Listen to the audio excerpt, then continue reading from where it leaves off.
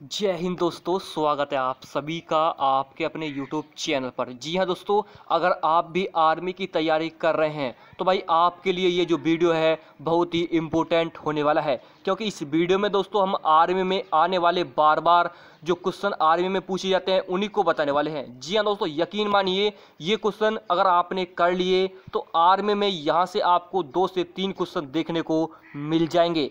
जी हाँ फ्रेंड्स, ये जो क्वेश्चन है भाई बार बार आपके एग्जाम में पूछे जाते हैं।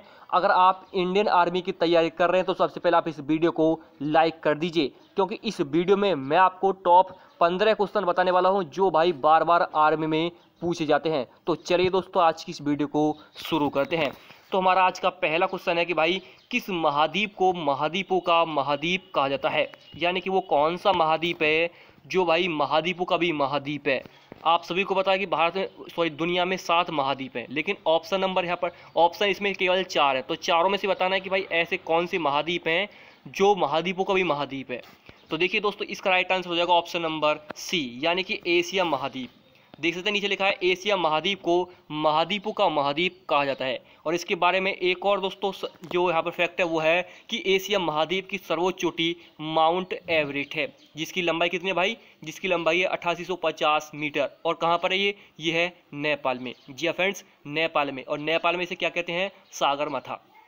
देखिए दोस्तों, ये तो क्वेश्चन हो गया। ये इससे जो जुड़े हुए फैक्ट हैं वो दोस्तों मैं इसलिए आपको बता रहा हूँ क्योंकि भाई ये क्वेश्चन बार बार पूछे जाते हैं।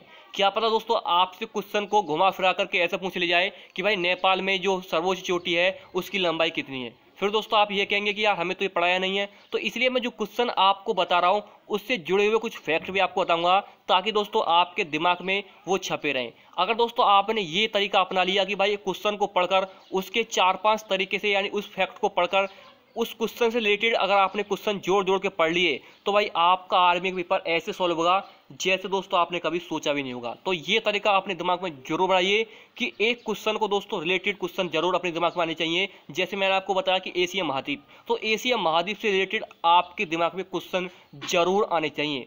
ये नहीं है कि भाई एशिया महाद्वीप बस आपका ऑप्शन है सी, खत्म हो गया, नहीं। इससे रिलेटिवली क्वेश्चन आपके दिमाग में आने चाहिए, तभी दोस्तों आपके जो दिमाग है वो कार्य करेगा और आपकी जो दिमाग की पावर है वो और धीरे धीरे आगे बढ़ेगी। तो देखिए, एक और फैक्ट है कि एशिया महाद्वीप में विश्व की सर्वाधिक जनसंख्या वाला देश चीन स्थित है। आप सभी को पता है कि आप सभी से पूछा जाए कि कौन से देश में जनसंख्या सबसे ज़्यादा है, तो चीन में। लेकिन आप सभी को यही पता होना चाहिए कि भाई जो चीन है वो एशिया महाद्वीप में स्थित है, और अपना देश भारत भी, जिसे इंडिया कहते हैं, वो भाई एशिया में स्थित है। लगभग हमारे जो देश की जनसंख्या है वो 135 करोड़ हो चुकी है। तो इतना आपको इस क्वेश्चन से जानकारी मिल जाती है। तो भाई लाइक कर दीजिए, अभी तो लाइक नहीं किया तो। इतनी मेहनत से आपके लिए वीडियो बना रहे हैं। देखिए दोस्तों, क्वेश्चन नंबर 2 है कि सूर्य ग्रहण के दौरान क्या होता है। बताइए दोस्तों, सूर्य ग्रहण के दौरान क्या होता है।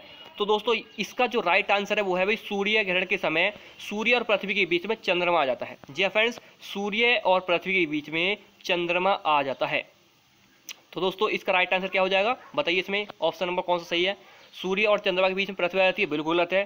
सूर्य और पृथ्वी के बीच में चंद्रमा आ जाता है। जी हाँ फ्रेंड्स, ये सही है, ऑप्शन नंबर बी, यानी कि सूर्य और पृथ्वी के बीच में चंद्रमा आ जाता है। कैसा होता है दोस्तों, आप सभी को पता होगा, जब सूर्य ग्रहण होता है क्या होता है दोस्तों, सूर्य और पृथ्वी और जो चंद्रमा होते हैं वो तीनों एक ही कक्षा में गति करते हैं। इससे क्या होता है, सूर्य और पृथ्वी के बीच में जब चंद्रमा आ जाता है तो भाई चंद्रमा है, वो जो सूर्य है वो थोड़ा हमें कम नजर आता है, और इसकी जो किरणें हैं वो भी पृथ्वी पर कम पहुंच पाती हैं। तो इसे ही कहते हैं क्या, सूर्य ग्रहण। अब देखिए चंद्र ग्रहण क्या होता है, चंद्र ग्रहण के समय सूर्य एवं चंद्रमा के बीच में पृथ्वी आ जाती है। तो दोस्तों क्या होता है, ये जो पृथ्वी और चंद्रमा है ये सूर्य के चक्कर काटते रहते हैं हमेशा। तो इसमें क्या होता है, जो पृथ्वी है हमारी वो कभी दोस्तों सूर्य और चंद्रमा के बीच में आ जाती है। लेकिन ऐसा कभी नहीं होता कि भाई चंद्रमा जो है जो हमारा सूर्य है वो पृथ्वी और चंद्रमा के बीच में आ जाए, ऐसा कभी नहीं होगा। क्योंकि आप सभी बताइए, जब एक चीज़ गोल है उसके चारों तरफ पृथ्वी और जो हमारा चंद्रमा है वो चक्कर काट रहे हैं, तो भाई ये जो क्या कहते हैं आपका सूर्य है वो बीच में कैसे आ जाएगा। अगर आ जाता तब आ जाता तो दोस्तों तब दोनों जो पृथ्वी और चंद्रमा है दोनों ही सूर्य के चक्कर काटते, लेकिन ऐसा नहीं है। इसमें एक फैक्ट है। फैक्ट क्या है, फैक्ट ये है कि भाई हमारी पृथ्वी सूर्य का चक्कर काटती है और हमारा जो चंद्रमा है वो पृथ्वी का चक्कर काटता है, यानी कि चंद्रमा जो है पृथ्वी का उपग्रह है। और दोस्तों सूर्य, आपसे एक क्वेश्चन पूछा जाता है कि भाई सूर्य क्या है, तो सूर्य एक तारा है। ना कि ग्रह है। सूर्य एक तारा है। तो इतना आपसे इस क्वेश्चन से जानकारी मिल जाती है। देखिए क्वेश्चन नंबर 3 है हमारा। क्वेश्चन नंबर 3 क्या है भाई, पृथ्वी का एकमात्र उपग्रह कौन सा है। देखिए आगे ना आगे क्वेश्चन भाई, ये क्वेश्चन मैं आपको अभी थोड़ी देर पहले बताया और ये क्वेश्चन आप क्वेश्चन नंबर 3 में आ चुका है। तो ऐसे जोड़कर अगर आप पढ़ेंगे तो आपको सारा कुछ दोस्तों बिल्कुल विस्तार से याद हो जाएगा। तो इसमें दोस्तों कौन सा है, मैंने बताया पृथ्वी का एकमात्र उपग्रह है चंद्रमा। उपग्रह क्या होता है, उपग्रह वो होता है जो भाई किसी चीज का चक्कर काटता, किसी चीज के, जैसे कोई ग्रह है, अगर उसके चारों तरफ कोई वस्तु या कोई पिंड घूम रहा है तो उसके उपग्रह कहते हैं। अगर जैसे हमारी पृथ्वी है तो हमारी पृथ्वी के चारों तरफ चंद्रमा चक्कर काटता है, तो ये चंद्रमा पृथ्वी का उपग्रह हो गया। तो भाई उपग्रह हो गया ना। तो अब एक क्वेश्चन आपसे पूछा जाता है कि भाई चंद्रमा, जो चंद्रमा है उस पर सबसे ज़्यादा धातु कौन सी पाई जाती है। तो सबसे ज़्यादा जो धातु है वो टाइटेनियम पाई जाती है। अब एक क्वेश्चन आपसे और पूछा जाता है कि भाई चंद्रमा पर सबसे पहले कौन गया था। तो नील आर्मस्ट्रॉन्ग गए थे चंद्रमा पर सबसे पहले, 1969 की बात है। अपोलो 11 यान से गए थे, अमेरिका के थे। और दोस्तों ये वहाँ पर सबसे पहले उन्होंने चंद्रमा पर कदम रखा था। और आपसे एक क्वेश्चन और पूछा जाता है कि भाई भारत की तरफ से कौन गए थे। तो राकेश शर्मा गए थे भारत की तरफ से, इतना 1980 में गए थे। और वहाँ पर इन्होंने बहुत कुछ दिन बिताए थे और वापस ही पृथ्वी पर दोबारा से आ गए थे। इनके साथ कुछ जो विदेशी यात्री थे वो भी गए थे।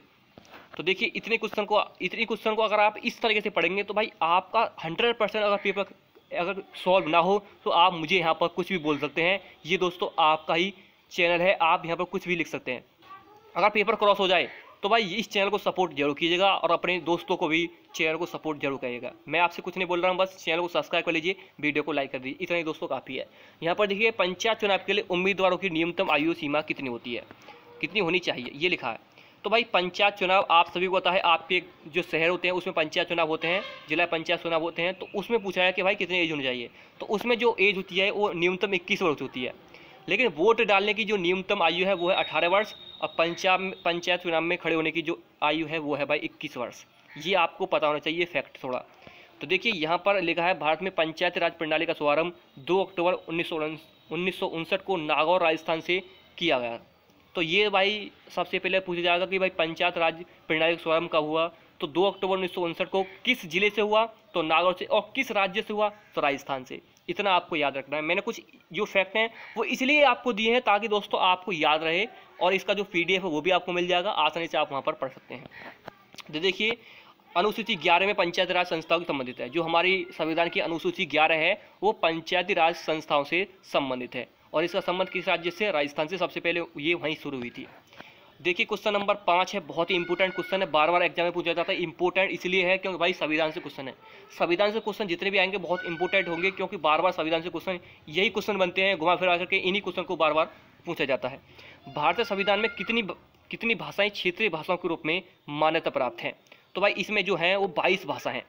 और जो 22 भाषा है दोस्तों, ये पूरे जितने भी इंडिया में हमारी भाषा बोली जाती हैं उनमें से ओनली 22 भाषाएं हमारे संविधान में उल्लेखित हैं। ऐसा नहीं है कि भाई जितनी भाषा सब बोली जाती हैं। 22 तो भाषा दोस्तों संविधानिक है, यानी संविधान में अकॉर्डिंग है हमारी भाषा। लेकिन दोस्तों भाषा तो बहुत सारी बोली जाती है। ऐसा नहीं है कि भाई 22 ही भाषा है हमारे देश में, भाषा बहुत सारी हैं। लेकिन संविधान के तौर पर बोली जाती हैं, जो नोट पर छपी होती हैं, आपने देखा होगा नोटों पर भी छपी होती हैं जो भाषाएं हैं, नोट पर बहुत कम छपी होती है। लेकिन जो संविधान के अकॉर्डिंग है, संविधान के अकॉर्डिंग 22 भाषा को उल्लेखित किया गया है संविधान में। और किस अनुसूची में है ये आपसे पूछा जाएगा। तो भाई संविधान की 8वीं अनुसूची में ये इसमें 22 भाषा हैं। इतना आपको पता होना चाहिए। देखिए दोस्तों नीचे भी लिखा है कि भारत की 22 भाषाएं उल्लेखित हैं अनुसूची 8 में। मूल रूप से अनुसूची 8वीं में 14 भाषाएं थीं, लेकिन बाद में दोस्तों जो आपकी 3 भाषा जोड़ेंगे, फिर 3 भाषा जोड़ेंगे, इसी प्रकार से 22 भाषा अकॉर्डिंग होगी। पहले संथाली वगैरह और दोस्तों डोगरी वगैरह और यहाँ पर नेपाली वगैरह ये भाषा जोड़ी गई। लेकिन दोस्तों एक भाषा आपको पता होनी चाहिए, जो इंग्लिश भाषा है वो इसमें नहीं है, इंग्लिश भाषा इसमें उल्लेखित नहीं है। देखिए एक क्वेश्चन आपसे पूछा जाता है, ये हिस्ट्री का क्वेश्चन है कि भाई मीनाक्षी मंदिर कहाँ स्थित है। जो मीनाक्षी मंदिर है वो कहाँ पर है बताइए। तो इसका राइट आंसर क्या है भाई, ये है तमिलनाडु में। तमिलनाडु के मदुरई जो एक जिला है तमिलनाडु में, वहाँ मीनाक्षी मंदिर स्थित है। मीनाक्षी मंदिर कहाँ पर है, तमिलनाडु में। अब बात तमिलनाडु हुई है तो भाई तमिलनाडु से संबंधित आपको कुछ याद रखनी चाहिए। तमिलनाडु की राजधानी क्या है मेरे भाई, तमिलनाडु की राजधानी है चेन्नई। और तमिलनाडु भाई कहाँ पर पड़ता है, ये पड़ता है दक्षिण में पड़ता है तमिलनाडु, केरल के पास में, आप सभी को पता होगा। तो भाई यहाँ पर जो तमिलनाडु है उसके बारे में आपको कुछ फैक्ट पता होने चाहिए। तमिलनाडु की राजधानी क्या है, चेन्नई। और भाई यहाँ पर यहाँ पर जो तमिलनाडु है वो कहाँ पर है, साउथ में स्थित है, यानी कि यहाँ पर आपके दक्षिण में स्थित है। इतना आपको पता होना चाहिए। नीचे जाते हैं, नीचे है भाई महात्मा गांधी ने किस कानून को काला कानून कहा था। तो इस ये ऑप्शन नंबर डी इसका, इस option number C Rowlatt Act. एक एक्ट आया था भाई यहाँ पर, महात्मा गांधी ने इसको 1919 में ये एक्ट आया था और इसको कहा था काला कानून। क्योंकि भाई काला कानून क्यों था, तो इसमें हमारे जो भारतीय जनता थी उसकी कोई भी यहाँ पर सुनवाई नहीं होती थी। वहाँ पर सिर्फ काले जो अंग्रेज होते थे वो अपनी चलाते थे, हमारी कुछ नहीं सुनते थे। इसलिए यहाँ पर जो गांधी जी हैं उन्होंने इसको रोलेट एक्ट को क्या कहा था, काला कानून कहा था। इसमें देखो क्या लिखा है, इसमें लिखा है रोलेट एक्ट 1919 में ब्रिटिश सरकार द्वारा भारत में उभर रहे राष्ट्रीय आंदोलन को कुचलने के उद्देश्य से निर्मित कानून था। यानी कि भारतीय जितने भी हमारे जिन्होंने आज़ादी की लड़ाई लड़ी थी, हमारे जो वीर सैनिक थे, उनकी कोई बातें नहीं सुनी जाती थी और उनकी जो बात थी वो दबा दी जाती थी। यानी कि उनकी जो बात, अगर वो यहाँ पर आंदोलन भी करते थे तो उन आंदोलन को दोस्तों यहाँ पर ख़त्म कर दिया जाता था, उन आंदोलनों को बंद कर दिया जाता था। इसलिए यहाँ पर रोलेट एक्ट आया। रोलेट एक्ट ये अंग्रेजों द्वारा चलाया गया था और इस एक्ट को यहाँ पर महात्मा गांधी ने काला कानून कहा। इसमें क्यों कहा, क्योंकि हमारे जो यहाँ पर सैनिक थे, हमारे जो जितने भी यहाँ पर भारतीय निवासी थे, उनकी कोई भी यहाँ पर जो बात थी वो नहीं सुनी जाती थी यहाँ पर अंग्रेज सरकार की तरफ से। अब देखिए गोदान किसकी रचना है। तो भाई जो गोदान है वो मुंशी प्रेमचंद की रचना है। मुंशी प्रेमचंद की रचना है दोस्तों, ये गोदान प्रेमचंद की रचना देख सकते हैं आप। मुंशी प्रेमचंद एक कवि थे और गोदान जो है ये इनकी, गोदान के अलावा इनकी बहुत सारी इनकी रचनाएं हैं, बहुत सारी रचनाएं हैं इनकी, तो वो भी पेपर में आ जाती हैं, एग्जाम वगैरह में आ जाती हैं, तो उनको भी आपको पता होना चाहिए। तो देखिए एक है हमारे क्वेश्चन नंबर 9 कि गदर पार्टी की स्थापना कब हुई। तो भाई गदर पार्टी की स्थापना हुई थी 1907 में। जी हाँ फ्रेंड, 1913 में इसकी स्थापना हुई थी और लाला हरदयाल काशीराम ने इसकी स्थापना, जो इसकी संस्थापक थे वो थे। ऑप्शन नंबर ए इसका राइट आंसर है कि भाई गदर पार्टी की जो स्थापना हुई थी वो 1913 में हुई थी। अब देखिए भाई सबसे जो क्वेश्चन नंबर 10 है वो बहुत ही इंपॉर्टेंट है कि बाबर ने किस वंश के शासक को पराजित करके मुगल वंश की स्थापना की थी। तो इस क्वेश्चन को दोस्तों मैं आपको कुछ विस्तार से बताने वाला हूँ, तो थोड़ा ध्यान से सुनिएगा। अगर मैं थोड़ा विस्तार से बताऊँ तो भाई आप थोड़ा बोर मत हुइए, क्योंकि भाई क्या पता कहाँ से क्वेश्चन आपके लिए बन जाए। समझने की कोशिश कीजिए कि भाई आपके लिए क्वेश्चन जो कहाँ से बन जाए ये कुछ नहीं पता। एग्जामिनर का दिमाग अगर सटक गया तो भाई वो वीडियो जो आपका, जो आपने वीडियो देखी यहीं से क्वेश्चन नहीं बनाएगा। जो मैं बोल रहा हूँ क्या पता यहीं से क्वेश्चन दे, तो मैं जो बोल रहा हूँ उसको भी थोड़ा ध्यान से सुनिएगा। देखिए यहाँ लिखा है बाबर ने किस वंश के शासकों को पराजित करके मुगल वंश की स्थापना की थी। तो भाई ये था लोधी वंश का अंतिम शासक इब्राहिम लोधी। जी हाँ फ्रेंड्स, देख सकते हैं ऑप्शन नंबर बी है कि भाई जो बाबर था वो मुगल वंश की स्थापना करता है आकर। पहले ये जो लोधी वंश का अंतिम शासक होता है उसे हराता है और उसके बाद दोस्तों ये यहाँ पर मुगल वंश की स्थापना करता है। बात है 1526 की, कि जब 1526 में यहाँ पर जो बाबर है वो आया था, तो बाबर ने यहाँ पर लोधी वंश के अंतिम शासक इब्राहिम लोधी को हराया और इसने यहाँ पर मुगल वंश की स्थापना कर दी।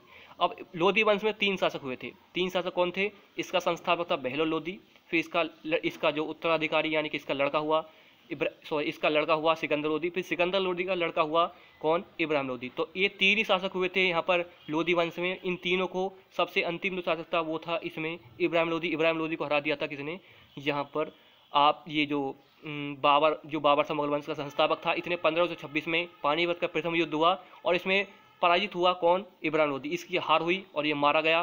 तो इसमें मुगल वंश की स्थापना कर दी किसने, बाबर ने। तो ऐसे अगर आप क्वेश्चन को थोड़ा फैक्ट लगाकर पढ़ेंगे तो भाई यकीन मानिए आपकी जो जीके है वो इतनी फास्ट हो जाएगी कि आप हर क्वेश्चन का आंसर बहुत ही स्पीड से देंगे। देखिए दोस्तों, मुगल वंश का संस्थापक था बाबर, लोधी वंश का संस्थापक बहलोल लोधी। मैंने बताया ना कि लोधी वंश का जो संस्थापक था बहलोल लोधी था और अंतिम शासक इब्राहिम लोधी था, जिसको हराया था किसने, बाबर ने। और बाबर की दोस्तों 1526 में बाबर ने 4 युद्ध लड़े थे। चारों युद्ध दोस्तों जीता था। 1526 में इसने मुगल वंश की स्थापना की थी और 1530 में मर गया था। इसने पहला युद्ध जो लड़ा था वो पानीपत का था, जो 1526 में लड़ा था। 27 में खानवा का युद्ध लड़ा था, 28 में चंदेरी का युद्ध लड़ा था और दोस्तों 29 को इसने घाघरा का युद्ध लड़ा था और 30 में ये मर गया था। 1530 में इसकी मृत्यु हो गई थी। तो इसने अपनी लाइफ में कोई भी युद्ध बाबर नहीं हारा था, चारों युद्ध ये बाबर जीता था। तो बाबर को हर युद्ध का विजय माना जाता था। तो ऐसा माना जाता था कि बाबर ने कोई युद्ध नहीं हारा था, बाबर जो युद्ध लड़ता था उसमें विजयी होकर आता था। तो ऐसा दोस्तों आपको पता होना चाहिए। क्वेश्चन नंबर 11 है कि भाई देखिए भारतीय संविधान सभा के प्रारूप समिति के अध्यक्ष कौन थे। तो भाई ये थे डॉक्टर भीमराव अंबेडकर। जी हाँ दोस्तों, जिन्हें भारतीय संविधान का पिता भी कहा जाता है। जी हाँ दोस्तों, जो डॉक्टर भीमराव अंबेडकर हैं, इन्होंने ही संविधान को लिखा था, यानी संविधान को इन्होंने ही प्रारूप तैयार किया था कि संविधान को किस तरीके से बनाना है, कहाँ कहाँ से संविधान को जो संविधान की बातें हैं वो संविधान में लिखनी है। इसलिए इन्हें ही संविधान का पिता कहते हैं, यानी संविधान को लिखने वाले यही थे डॉक्टर भीमराव अंबेडकर। अब दोस्तों डॉक्टर भीमराव अंबेडकर के बारे में आपको पता होना चाहिए कि इनकी जो दोस्तों यहाँ पर इनकी जन्म होता है वो कब होता है, 1891 14 अप्रैल 1891 को इनका जन्म होता है। कहाँ पर होता है, महाराष्ट्र में इनका जन्म होता है। और भाई इनकी जो मृत्यु होती है वो 6 दिसंबर को हो जाती है 1556 को, 1956 को इनकी जो डेथ है वो हो जाती है डॉक्टर भीमराव अंबेडकर की। तो दोस्तों ये बहुत ही एक महान नेता कह सकते हैं इन्हें, क्योंकि इन्होंने संविधान को बनाने के लिए जो कठिन कार्य किया था वो किसी ने नहीं किया था। जी हाँ फ्रेंड्स, बहुत ज़्यादा योगदान है संविधान बनाने के लिए डॉक्टर भीमराव अंबेडकर का, क्योंकि ये सबसे पढ़े लिखे इंसान थे जिन्होंने संविधान की बनाने के लिए जो हमारे मुख्य नेता थे, जो हमारे संविधान के अध्यक्ष थे डॉक्टर राजेंद्र प्रसाद, उन्होंने भी इनको चुना था संविधान को बनाने के लिए, क्योंकि सबसे पढ़े लिखे जो युवा नेता थे यही थे हमारे डॉक्टर भीमराव अंबेडकर। तो फ्रेंड्स, भीमराव अंबेडकर की समाधि स्थल चैत्रा भूमि कहते हैं इन्हें, चैत्रा भूमि।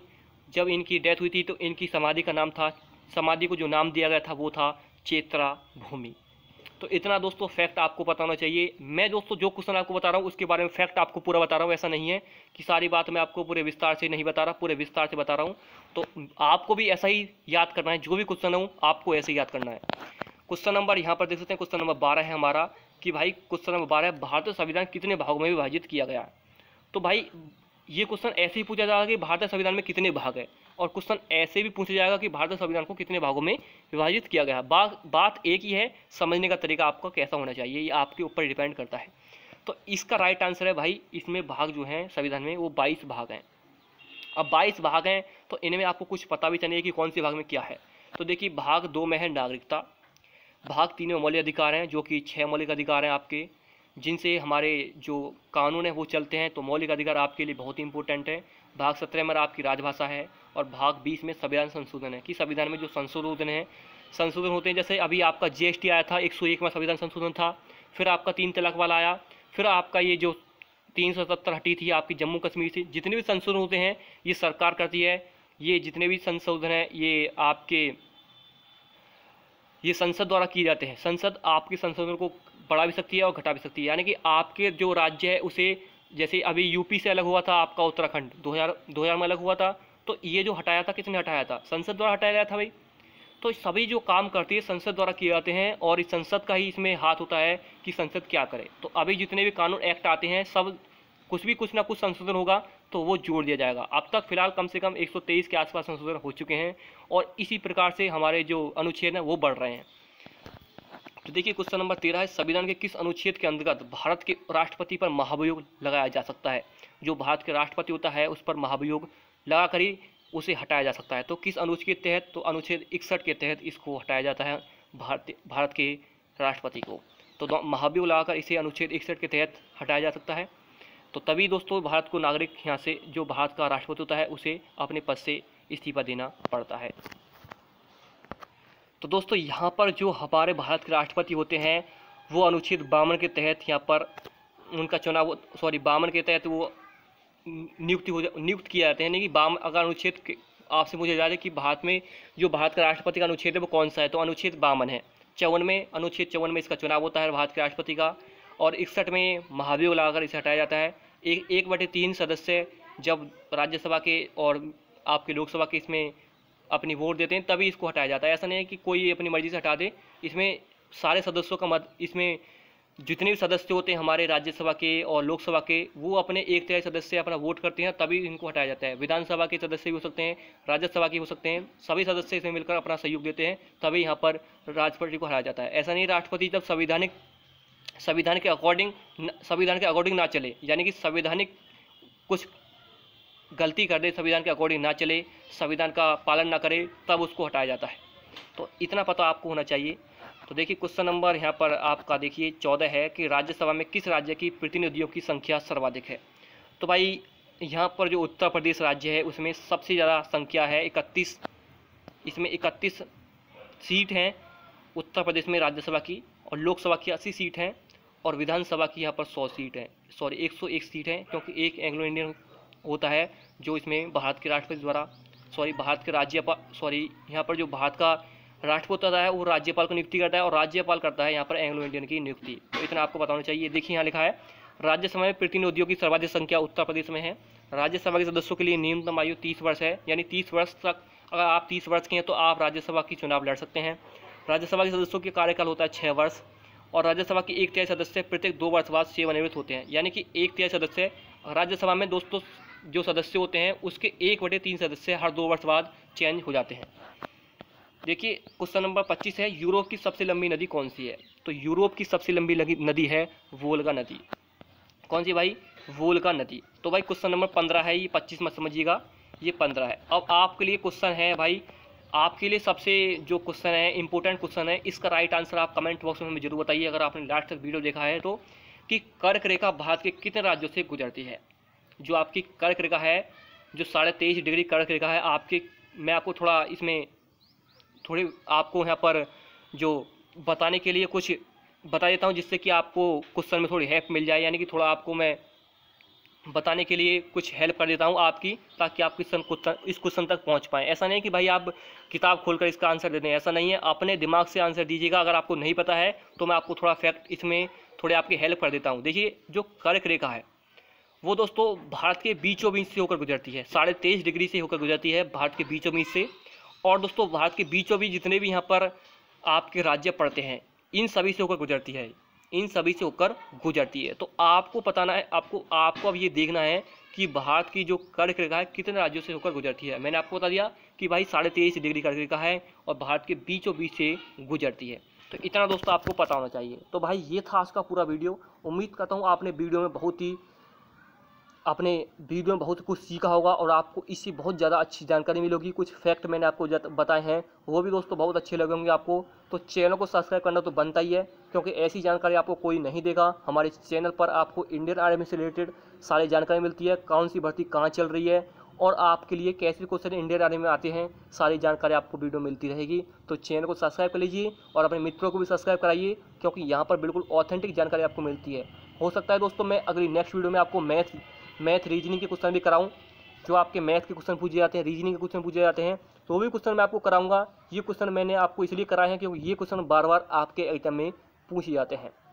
तो भाई सपोर्ट जरूर कीजिएगा इस चैनल को, स्टडी फॉर जीनियस को, आप ही का चैनल है, और अपने मित्रों को भी इस चैनल को सपोर्ट करवाइए कि भाई स्टडी फॉर जीनियस पर क्लास चालू हो चुकी हैं। वहाँ पर इंडियन आर्मी से रिलेटेड आपके लिए बहुत सारे क्वेश्चन कराए जाते हैं, उसके फैक्ट भी आपको बताए जाते हैं। तो मिलेंगे दोस्तों आपसे नेक्स्ट वीडियो में, तब तक धन्यवाद। जय हिंद, वंदे मातरम।